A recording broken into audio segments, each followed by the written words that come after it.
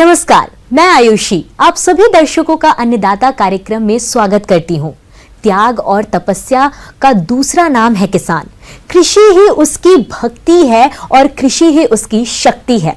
कृषि ही उसकी निद्रा है और कृषि ही उसका जागरण है।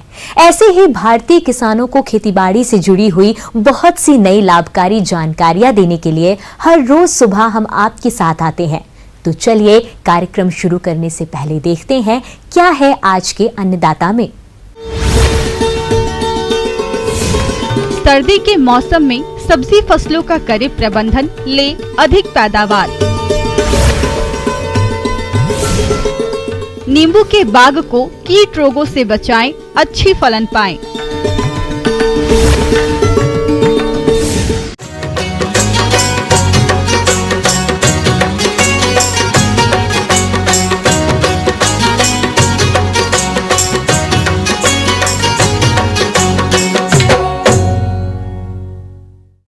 किसान भाइयों, इस समय प्रदेश में कड़ाके की ठंड पड़ रही है और सर्दी के मौसम में उगाई जाने वाली अधिकांश फसलें पाले एवं सर्दी से प्रभावित होती है।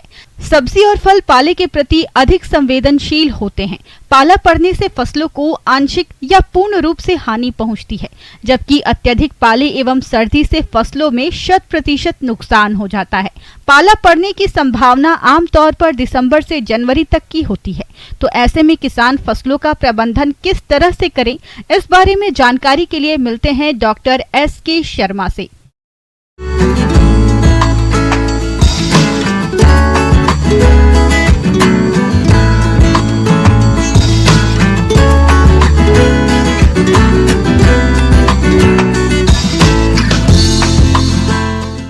किसान भाइयों राम राम। मैं सुशील कुमार शर्मा, प्रधान वैज्ञानिक एवं अध्यक्ष कृषि विज्ञान केंद्र बानसूर अलवर। सबसे पहले तो न्यूज़ 18 के चैनल वालों को मैं बधाई देना चाहूँगा कि किसानों के लिए आप लोग दिन प्रतिदिन अच्छी से अच्छी जानकारी उपलब्ध करवाते हैं और निश्चित रूप से किसानों की आय में वृद्धि करने के लिए ये भी एक बेहतरीन स्रोत है। साथ ही साथ देखिए, अब वक्त आ गया है कि हम लोग अपनी जो लीक से यानी परंपरागत जो खेती करते चले आ रहे हैं, जो गेहूं चना सरसों, उनसे हट करके भी कुछ हमें सोचना चाहिए। और आजकल तो बहुत से जो प्रोग्रेसिव किसान हैं वो ऑलरेडी इन चीज़ों को कर भी रहे हैं। सर्दी का मौसम चल रहा है और सर्दी का प्रकोप बढ़ने वाला है। सर्दी का असर दिखने लगा है। दिन प्रतिदिन तापमान में कमी आ रही है। सुबह और रात के तापमान में काफी गिरावट दर्ज की जा रही है। विशेषकर उत्तर भारत में सर्दी का प्रकोप कुछ अधिक ही रहता है। इसका प्रभाव इंसानों के साथ ही फसलों पर भी पड़ता है। अधिक सर्दी से फसलों की उत्पादकता पर विपरीत असर पड़ता है और परिणाम स्वरूप कम उत्पादन प्राप्त होता है। इसीलिए सर्दी के मौसम में फसलों को विशेष देखभाल की जरूरत होती है। ऐसे में किसानों को चाहिए कि वो फसलों को शीतलहर व पाले से बचाने के लिए अपने प्रयास तेज करें ताकि संभावित हानि से बचा जा सके। जैसा कि मैं देख रहा हूं कि किसान भाई आजकल बहुत सी नई नई तकनीकों को काम में ले रहे हैं, तो मैं चाहूँगा कि आप सभी लोग भी इन चीज़ों को, एक तो लो टनल जिसमें कि हम सब्जियों के पौध जो है वो जब हम लगा देते हैं रेस बेड पर, आजकल सामान्यतः जो उठी हुई बेड होती है उस पर सब्जियां सभी किसान भाई कर रहे हैं। अब उन रेस बेड पर जब हमने सब्जी लगा दी है और अब दिसंबर और जनवरी के 2 महीने जो ऐसे हैं जिसमें कि ठंड ज़्यादा पड़ती है और पाला भी आता है, ऐसी स्थिति में हम वहाँ पर एक जो कहते हैं ना कि छोटी सी गोलाकार रिंग सी बना कर उसके ऊपर आप या तो सफ़ेद या काले रंग की जो प्लास्टिक की जो शीट आती है उससे उसको हम कवर कर सकते हैं। तो उससे क्या होगा कि आपके पूरे 2 महीने तक आपकी जो सब्जी, क्योंकि इस समय जो जैसे टमाटर या कोई आदमी किसान लगा रहा है तो वो ठंड से भी आपका बच जाएगा और जैसे ही ठंड निकलेगी और तुरंत प्रभाव से आपके मार्केट में सबसे पहले टमाटर आने शुरू हो जाएंगे। साथ ही साथ कुकुरबिटेसी की अगर हम बात करते हैं, खरबूज तरबूज, किसान भाई जो है इनको यहाँ जो कर रहे हैं बुआई, वो लोग भी इस तरीके से जो नीची मतलब लो टनल जो फार्मिंग है वेजिटेबल कल्टीवेशन की, उससे एक आपकी बचत सर्दी की भी होती है। साथ ही साथ ड्रिप सिस्टम के साथ में हम लोग खेती कर रहे हैं। ड्रिप पे होने की वजह से अननेसेसरी के खरपतवार उसमें उगते नहीं हैं और खरपतवारों को आवश्यक होता है ओपन, वो जैसे टनल में आएंगे तो खरपतवारों की ग्रोथ कम हो जाएगी और साथ ही साथ आपकी सब्जियों की जो है पैदावार ग्रोथ जो है वो सही रहेगी। इसके साथ साथ एक लो कॉस्ट जो है थोड़ा 6 से 8 फीट हाइट तक का प्लास्टिक की शीट, वही सफ़ेद रंग की जो है लगा करके, और उसको भी किसान भाई आजकल खूब काम में ले रहे हैं। इसमें यह है कि आप पूरे जैसे आपका आधा बीघा या 1 बीघा में अगर सब्जी है, उसमें तो हमें एक एक बेड को कवर करना होता है। और इसमें हम क्या कर सकते हैं कि 1 बीघा या आधा बीघा के खेत को साइड में जो है बड़े हम पोल या बांस लगा करके और उनके सहायता से बीच में तार बांध के, और अगर हम प्लास्टिक की शीट ऊपर बिछा देते हैं, ज़मीन से उसकी 5 से 7 फीट तक की ऊंचाई हम रखते हैं, जिसमें कि एक आदमी झुक करके आराम से उसके अंदर जा सकता है। उससे पानी भी आप अपने माइक्रो इरिगेशन सिस्टम के द्वारा दे सकते हैं। और कोई अगर आपको उसके अंदर कोई कार्य करना है, कृषि कार्य करना है, तो उसको भी आप जो है आराम से उसके अंदर कर सकते हैं। साथ ही साथ ठंड से बच सकता है। दक्षिण दिशा की तरफ से उसका मुंह थोड़ा सा हम खुला रखते हैं, ताकि क्या है कि सूर्य का प्रकाश जो है वो मिलता रहे। और क्योंकि हमेशा उत्तर और पूरब की जो हवाएं हैं वही हमें सर्दी से फसलों को जो है वो ख़राब करती हैं। तो यदि अगर हम दक्षिण दिशा में थोड़ा सा खुला रख लेते हैं तो ऐसी परिस्थिति में हमारी सब्जियों का जो है उसमें नुकसान नहीं होता है। प्रदेश के किसान भाई अच्छी आय कमाने के लिए सब्जियों की खेती करते हैं और उसके लिए नर्सरी तैयार करते हैं। लेकिन बहुत से किसान परंपरागत तरीके से उगाते हैं, जिसमें फसल सर्दी और पाले के प्रकोप से नष्ट हो जाती है, जिससे नुकसान उठाना पड़ता है। तो इस नुकसान से बचने के लिए किसान कैसे करे सर्दी में सब्जी फसलों का प्रबंधन और कौन कौन सी तकनीकियों को अपनाएं, इस प्रकार से है। तो देखिए, यहाँ पर सब्जी उगाने वाले बहुत से किसान हो चुके हैं। अब सब्जियों का उगाना तो चलिए ठीक है, मेहनत भी कर लिया आपने, सब कुछ है, लेकिन कई बार क्या होता है कि इतना खर्चा करने के बाद भी और हमारी छोटी सी एक किसी गलती की वजह से हमें बहुत सारा नुकसान हो जाता है। तो विशेषकर आज मैं बात करना चाहूँगा कि सब्जियों को सर्दी से और पाले से कैसे बचाया जाए। पाले से बचाने के लिए ज़्यादातर किसान भाई जानते भी हैं और सबको पता भी है कि पाला जब पड़ता है तो एक तो हमारे जितने भी बुज़ुर्ग किसान भाई हैं उन सभी को इस चीज़ का पहले से ही एहसास हो जाता है कि हाँ, आज पाला पड़ सकता है। अर्थात आसमान साफ़ हो, हवाएं एकदम बंद हो और टेम्परेचर डाउन अगर है तो अंदाज़ लगना शुरू हो जाता है कि भाई हाँ, आज पाला पड़ सकता है। तो ऐसी इस परिस्थिति में सामान्य जो उपचार हम लोग करते हैं कि खेत की उत्तर दिशा की मेड़ की तरफ कचरा इकट्ठा करके उसके अंदर आग लगा दी जाए ताकि धुआं हो जाए, या खेत में सिंचाई कर दी जाए, या और भी आपके सल्फ्यूरिक एसिड या सल्फ़र वगैरह जो है इनको काम में लेने से हम सामान्य जो तरीके हैं इसके पाले से बचाव के ये तो है ही हैं। और इसके अलावा आप सल्फ्यूरिक एसिड का है, सल्फ़र का है, पानी देने का है या धुआं करने का है, जो परंपरागत हमारे तरीके हैं पाले से बचाव के, उनको भी फॉलो करके और अपनी फसलों को बचा सकते हैं। ये थी कुछ उपयोगी जानकारियां। अब लेते हैं एक छोटा सा ब्रेक, जल्द लौटेंगे और जानेंगे कार्यक्रम में आगे क्या है महत्वपूर्ण जानकारियां। बने रहिए हमारे साथ।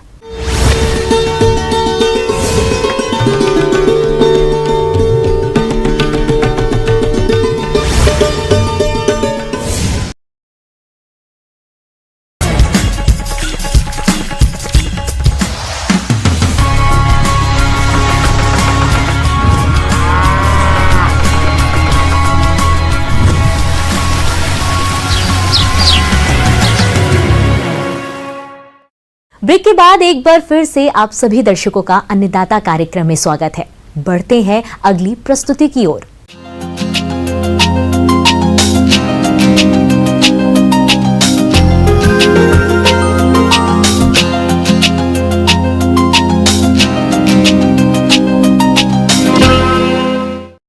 किसान भाइयों, अपने राज्य में नींबू की बागबानी बड़े पैमाने पर की जाती है, क्योंकि इनके बाग अपने प्रदेश में आसानी से लग जाते हैं और इससे किसानों को अच्छा फायदा मिलता है। लेकिन कभी कभी इन बागों में कीट रोगों के अधिक प्रकोप से नुकसान भी हो जाता है। तो बागबान नींबू के बाग में कीट रोग की सही पहचान कैसे करें और रोकथाम के लिए कौन से उपायों को अपनाएं, इस बारे में जानते हैं डॉक्टर राकेश कुमार यादव से।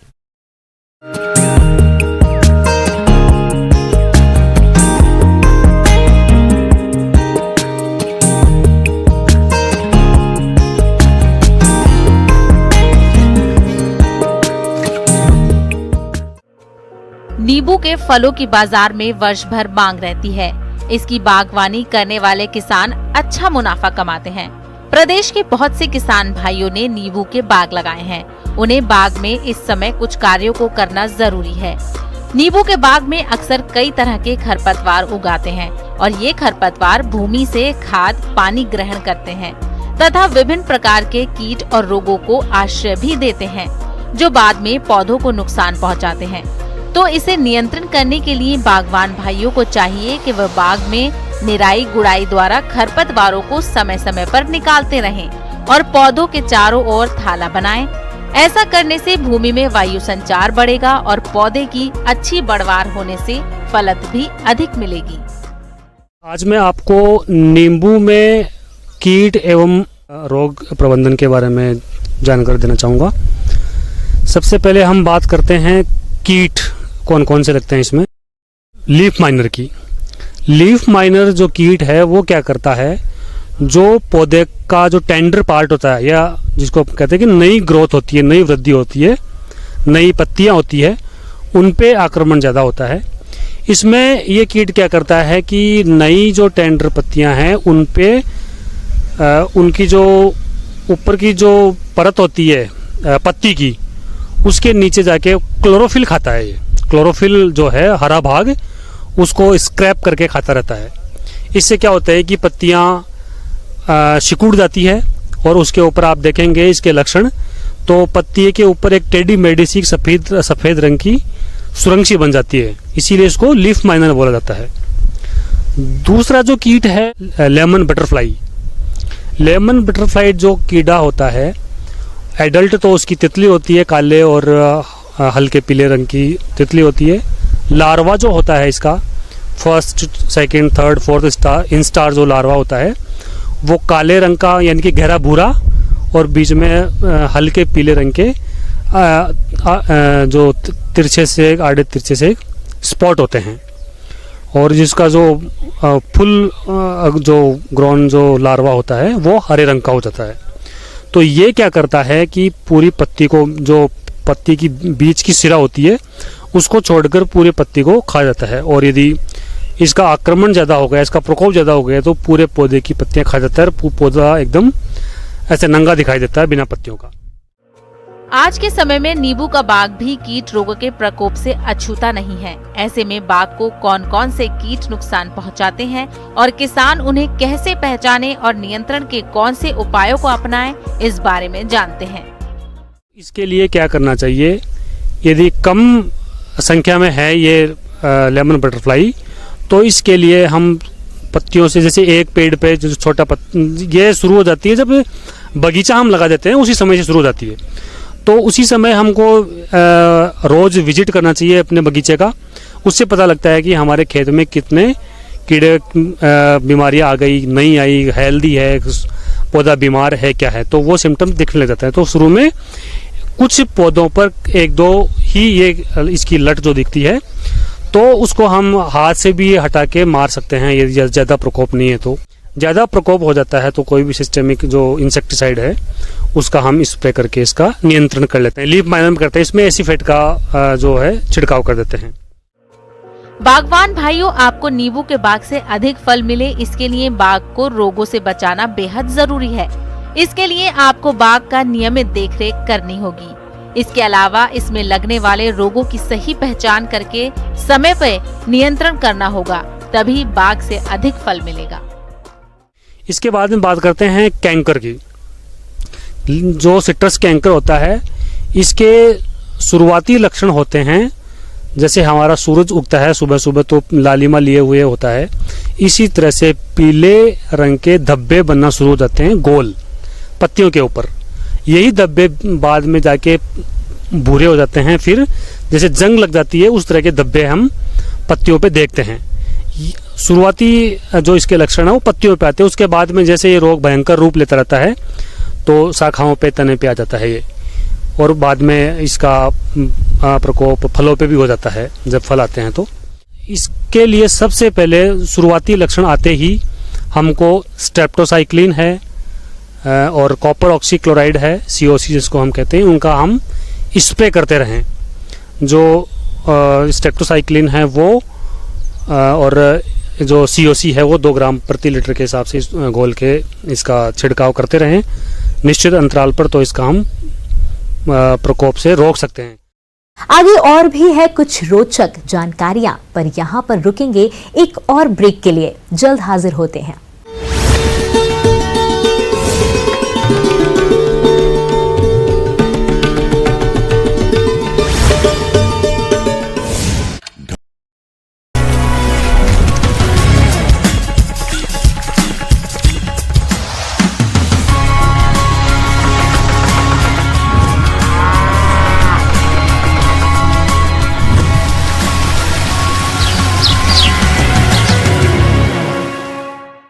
ब्रेक के बाद आप सभी दर्शकों का स्वागत है। चलिए अब रुख करते हैं अगली कड़ी की ओर।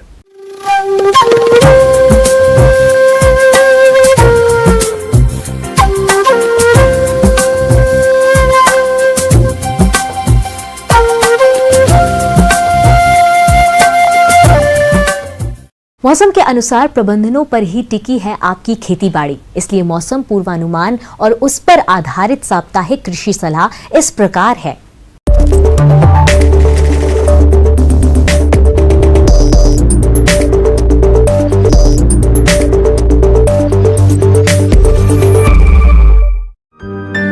ग्रामीण कृषि मौसम सेवा भारत सरकार और स्वामी केशवानंद राजस्थान कृषि विश्वविद्यालय बीकानेर द्वारा भेजे गए मौसम पूर्वानुमान के आधार पर श्री गंगानगर के किसान भाइयों को सलाह दी जाती है कि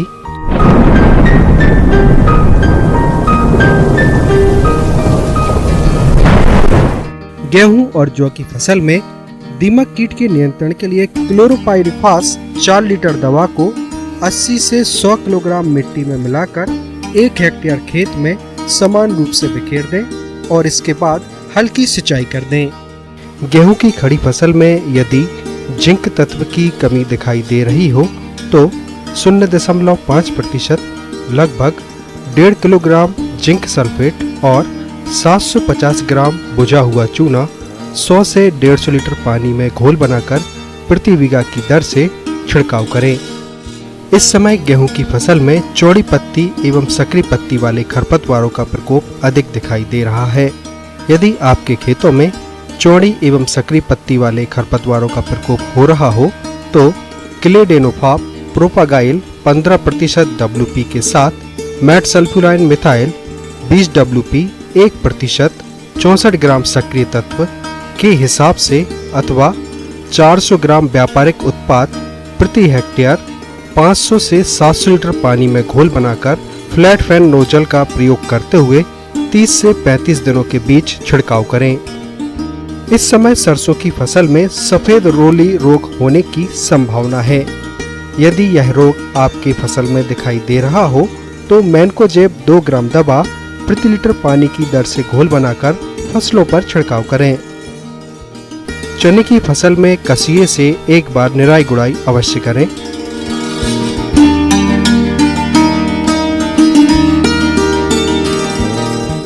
जौ की खड़ी फसल में जिंक तत्व की कमी दिखाई दे तो 1.5 किलोग्राम जिंक सल्फेट और 750 ग्राम बुझा हुआ चूना 100 से 150 लीटर पानी में घोल बनाकर प्रति बीघा की दर से फसल पर छिड़काव करें। गन्ने की फसल लगभग पककर तैयार हो गई है, अतः किसान भाई इसकी कटाई शुरू करें। किन्नों के बाग में साफ सफाई का कार्य करें एवं नियमित रूप से गिरे हुए फलों को इकट्ठा करके बाग से बाहर करें। कोरोना बड़ी तेजी से फिर से फैल रहा है, इससे बचाव के लिए अनावश्यक यात्रा ना करें। अपने इम्यून सिस्टम को मजबूत बनाए रखने के लिए पौष्टिक आहार व योग को अपनी दिनचर्या में शामिल करें। गुनगुने पानी पीने की आदत डालें, हाथों को बार बार धोते रहें एवं साफ सफाई का पूरा ध्यान रखें। साथ ही घर से बाहर निकलते ही मास्क का उपयोग अवश्य करें और जिन लोगों ने अभी तक टीकाकरण नहीं कराया है वे जल्द से जल्द कोरोना वैक्सीन अवश्य लगवाएं।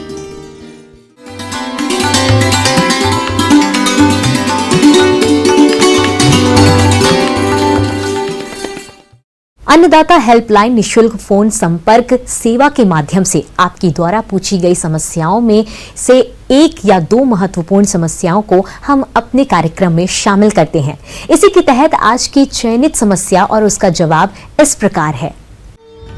आज की निशुल्क अन्नदाता हेल्पलाइन में जिस प्रश्न को कार्यक्रम में शामिल किया गया है उसे पूछा है गांव सोपुरा जिला भीलवाड़ा के किसान मोहन लाल ने। आप सिरोही बकरी की नस्ल की पहचान के बारे में जानकारी चाहते हैं तो मोहन लाल जी आपकी जानकारी के लिए प्रस्तुत है कार्यक्रम का यह अंश। राजस्थान में सिरोही नस्ल की बकरी उत्तम नस्ल है और ये द्विप्रयोजनीय है। इस नस्ल के मुख्य लक्षण जो आप देख रहे हैं, यहाँ पर हल्का झोल होता है, ये इसका नस्ल का पहचान का मुख्य लक्षण है। दूसरा, इसके लीफी ईयर है जो कि पत्ते नुमा होते हैं। तीसरा, इसके जो सींग होते हैं वो थोड़े सर में गड़े हुए होते हैं। और चौथा, जो इसका पिछली टांगों का जो भाग है टखना, वहाँ पर इसके जो बाल होते हैं ये गुच्छे नुमा होते हैं। ये सिरोही नस्ल की बकरी के लक्षण हैं। इस प्रकार से जब भी आप बकरी खरीदे तो इन लक्षणों को देखकर आप बकरी खरीदे। और ये भूरे रंग की भी होती है और भूरे धब्बेदार रंग की भी होती है। इसका जो मांस होता है ये उत्तम क्वालिटी का होता है। दूध उत्पादन भी ये 1 से 1.5 लीटर देती है। पशुपालक भाइयों, इसके प्रबंधन के लिए मुख्य रूप से 4 से 6 घंटे तक आप इसको चराई कराए और तब आपको ज़्यादा लाभप्रद होगी बकरी पालन। स्टाल फीडिंग भी आप कर सकते हैं, बकरी को अपने घर में ही पाल सकते हैं। लेकिन अगर आप इसको 2 घंटे आप चराने के लिए जाते हैं तो इसके बहुत अच्छे बेहतरीन रिजल्ट आते हैं। और इसके जो आहार है, आप तकरीबन प्रति बकरी जो दूध उत्पादन कर रही है उसको 300 से 400 ग्राम आप प्रतिदिन का दाना दे। और हरे चारे में आप जैसे रिज का है या आपके पास नीम की पत्तियां हैं इस समय, या सेजना की जो पत्तियां हैं वो आप इसको 1 से 2 किलो तक पत्तियां खिलाए।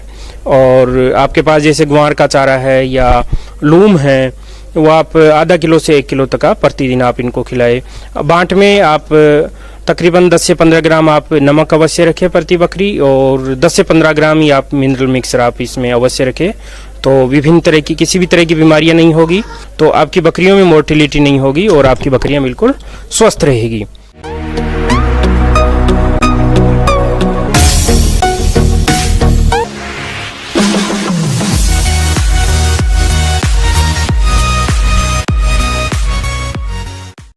राज्य की विभिन्न मंडियों में कृषि उत्पादों के चढ़ते उतरते बाजार भाव की संक्षिप्त जानकारी इस प्रकार है।